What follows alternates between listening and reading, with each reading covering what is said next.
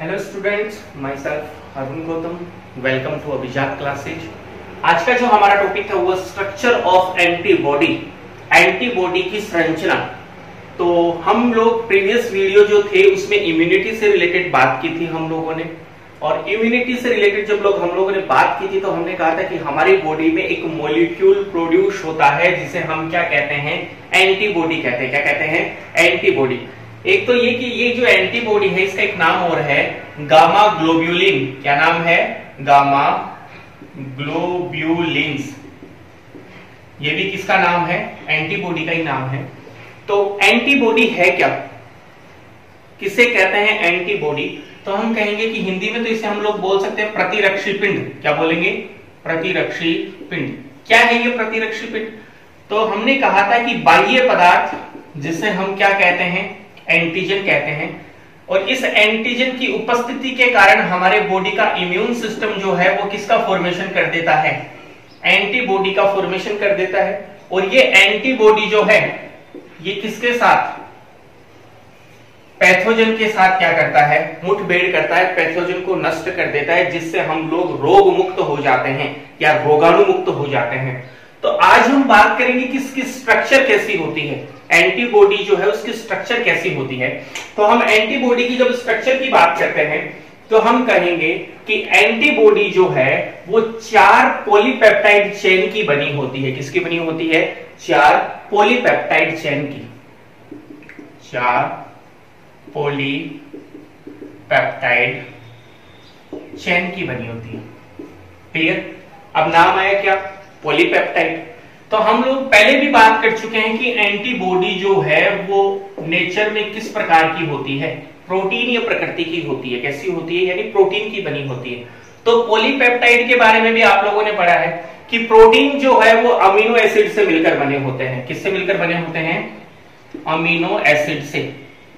हमारे शरीर में लगभग 20 प्रकार के अमीनो एसिड पाए जाते हैं, और वो अमीनो एसिड आपस में मिलकर निर्माण करते हैं पेप्टाइड बॉन्ड का। कौन सा बॉन्ड का?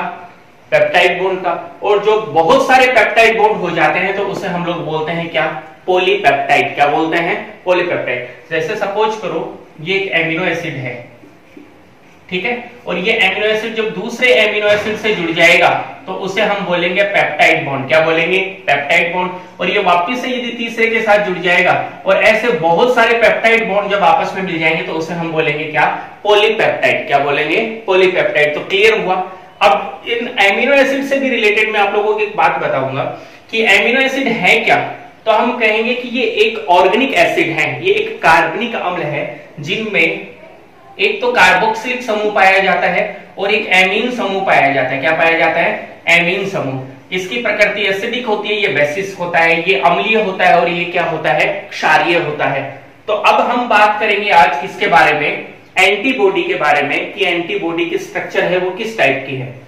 तो हम लोगों ने ये तो कह दिया था कि एंटीबॉडी जो है वो 4 पॉलीपेप्टाइड चेन की बनी होती है, और इसकी स्ट्रक्चर को हम H2L2 के नाम से भी जानते हैं। किसके नाम से जानते हैं? H2 और L2। क्या है H2 और L2? H का मतलब है हैवी चेन। कौन सी चेन? Heavy chain. और L का मतलब है कौन सी चेन? Light chain. तो ये जो लाइट होती है ये लघु होती है, लघु श्रृंखला यानी छोटी होती है, और हैवी जो होती है वो दीर्घ होती है, यानी आकार में क्या होती है? बड़ी होती है। चलो अब अपन बात करते हैं कि स्ट्रक्चर किस टाइप से इसकी बनती है। तो हम स्ट्रक्चर की जब बात करेंगे तो देखिएगा कि स्ट्रक्चर इसकी किस टाइप की बनती है। एकदम इजी से स्ट्रक्चर है, क्वेश्चन पुटअप होता है स्ट्रक्चर से रिलेटेड भी, जो भी कॉम्पिटिटिव एग्जाम हो उनमें भी आते हैं। तो हम 2 हैवी चेन बनाते हैं। सबसे पहले वाई शेप होता है इसका। कैसा होता है? एंटीबॉडी के स्ट्रक्चर का कैसा शेप होता है? वाई शेप होता है। तो ये हम लोग स्ट्रक्चर बना रहे हैं, ये बना दी अपन ने हैवी चेन। कौन सी चेन बनाई है? हैवी चेन बनाई है। क्लियर यहां तक? चलो ठीक है, ऐसा ही इस साइड में कर लो, इसी के बराबर में ले लेना।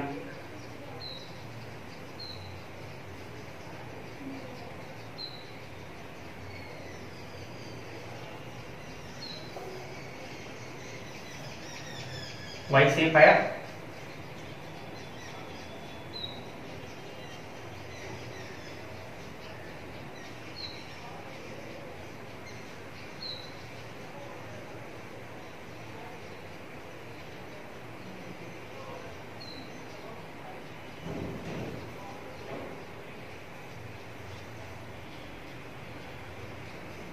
क्लियर यहां तक?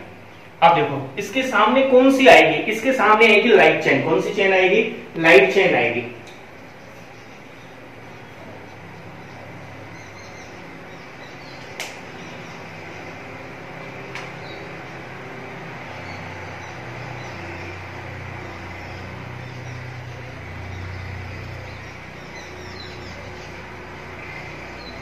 ये आ गई इसकी कौन सी चेन? Light chain.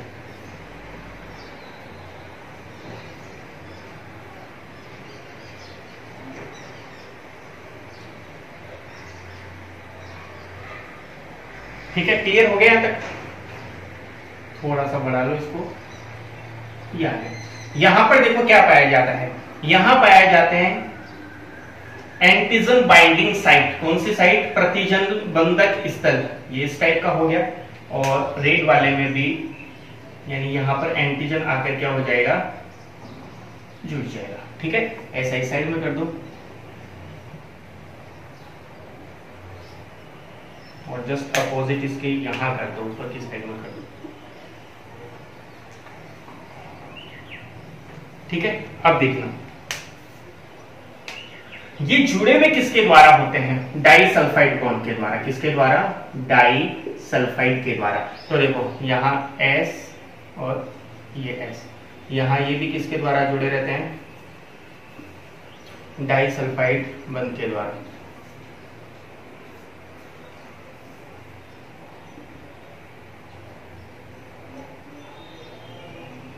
ठीक है, अब एक बात याद रखना, एंटीबॉडी की जो स्ट्रक्चर है वहां एक जगह लिखा रहता है C, देखना अच्छे से देखना, और एक यहां लिखा रहता है N। भला इनका मतलब क्या होता है? C का और N का। तो मैंने थोड़ी देर पहले बताया था कि जो एमिनो एसिड होते हैं, कौन से एसिड होते हैं? एमिनो एसिड होते हैं। उनमें एक तो पाया जाता है कार्बोक्सिलिक समूह। कौन सा समूह पाया जाता है? कार्बोक्सिलिक समूह। और दूसरा पाया जाता है कौन सा समूह? एमीन समूह। तो एमीन समूह का N आ गया यहां पर, और कार्बोक्सिलिक समूह का क्या आ गया? C आ गया। कंफर्म ये? अब इस स्थान को क्या बोलते हैं? इसे बोलते हैं एंटीजन बाइंडिंग साइट। क्या बोलेंगे?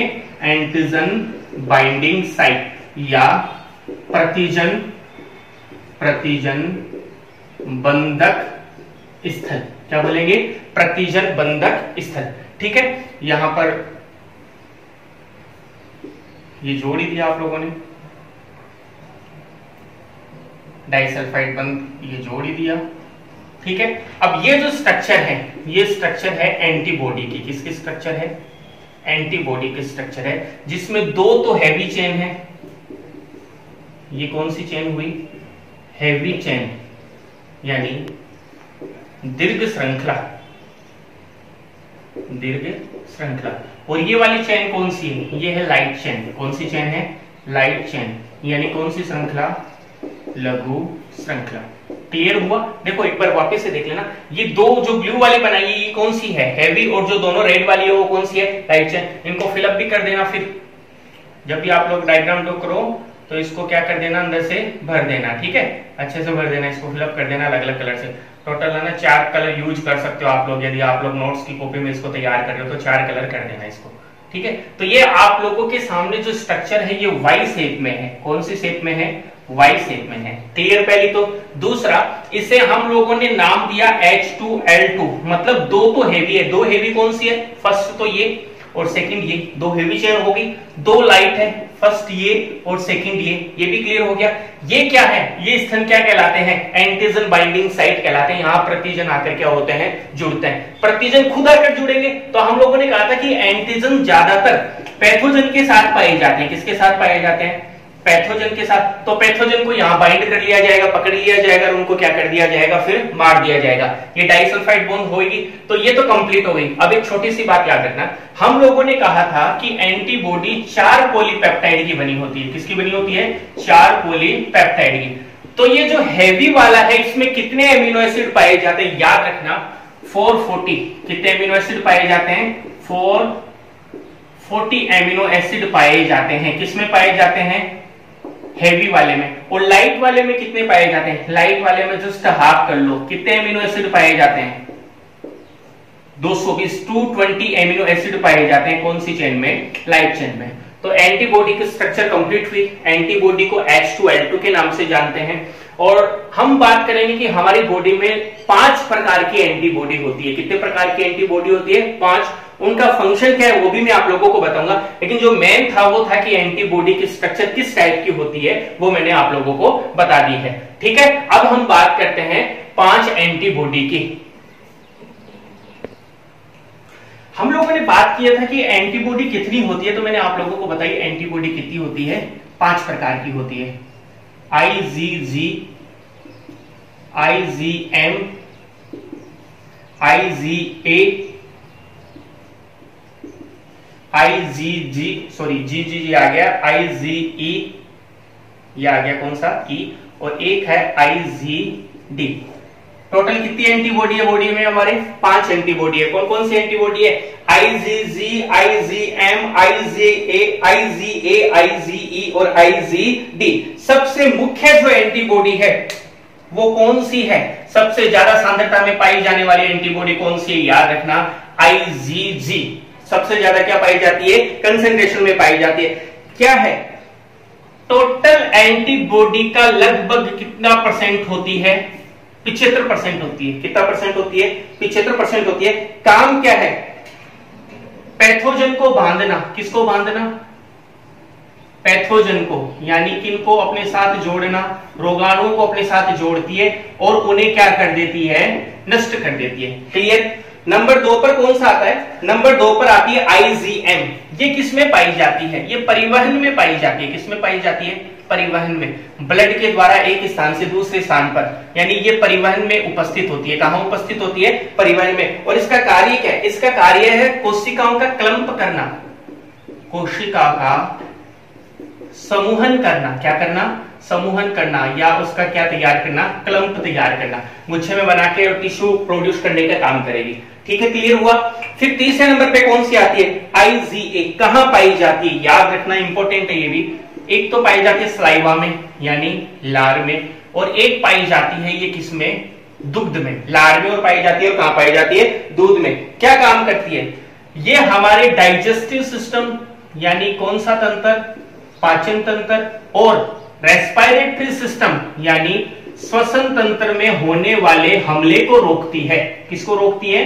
हमले को रोकती है।